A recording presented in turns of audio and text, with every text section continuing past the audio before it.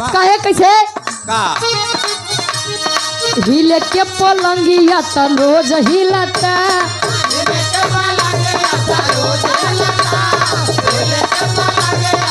क्या बात है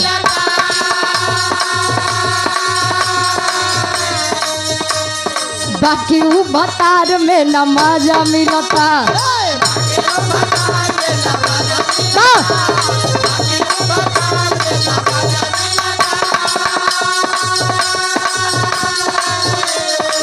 हिले के पलंगिया त रोज हिलता बाकी ऊ भतार में न मजा मिलता लेकिन कहे चौकी पहो त नहीं खे सही से मिलनवा बलम के बाउड़ बेलनवा बलम के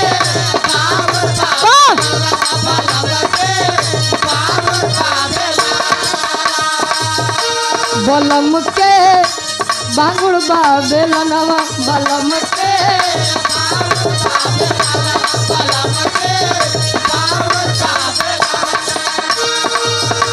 बलम के बांगुड़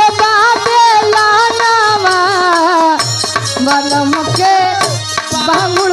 बेलनवा बलम के क्या बात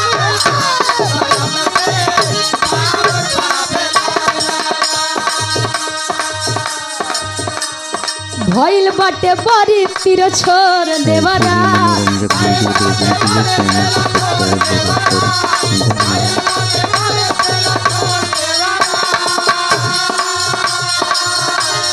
दादा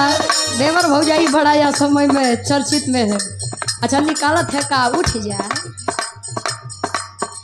कहे भइल बाटे बड़ी तीर छोड़ देवरा रोज राति में पढ़ावे ला भूगो देवरा